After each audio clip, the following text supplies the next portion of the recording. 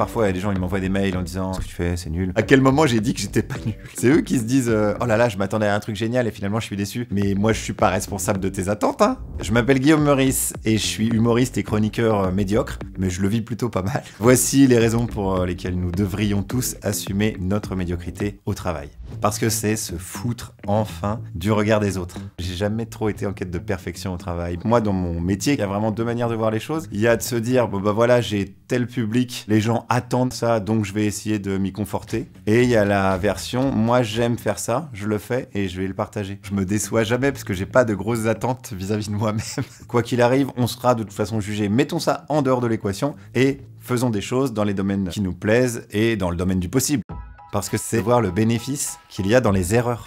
Il n'y a pas une seule chronique ou un seul spectacle où je me dis pas « Ah merde, là, il fallait plutôt faire ça que faire ça ». Enfin, c'est normal, on rate en permanence, quoi. J'aime beaucoup le cheminement. Quasiment tout dans la vie marche comme ça, par système essai-erreur. La science marche énormément comme ça. Il n'y a pas Einstein qui arrive d'un coup et qui dit « Je me suis levé ce matin, voilà la solution ». Je pense qu'il faut arrêter la dichotomie réussite-échec. Plutôt que de parler d'échec, parler d'erreur, quoi. L'erreur est tout le temps bénéfique. C'est vraiment la condition sine qua non du fait qu'on progresse, quoi.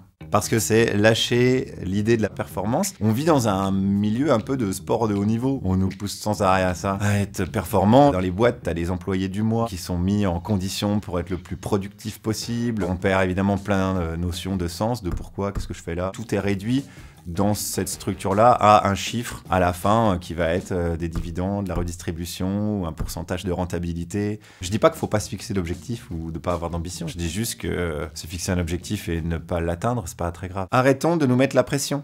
Buvons-la.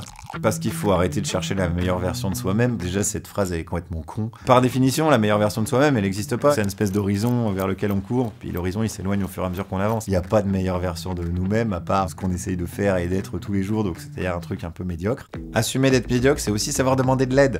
Avouer qu'on a tous énormément de limites, c'est une espèce de tentative de lucidité. La fiction dans laquelle on baigne, c'est il faut se démerder par soi-même, quand on veut, on peut. Déjà de dire, bah excuse-moi, là j'y arrive pas sur tel ou tel problème, est-ce que tu peux venir m'aider? En mettant toutes nos limites en commun, on peut arriver à faire quelque chose de bien. Il en ressort ce qu'on appelle un peu vulgairement de l'intelligence collective, s'allier avec des autres pour trouver des solutions communes à des problèmes qu'on a en commun. Ah, là, je trouve que ce serait quand même un début de société qui serait un peu plus vivable que celle qu'on connaît aujourd'hui.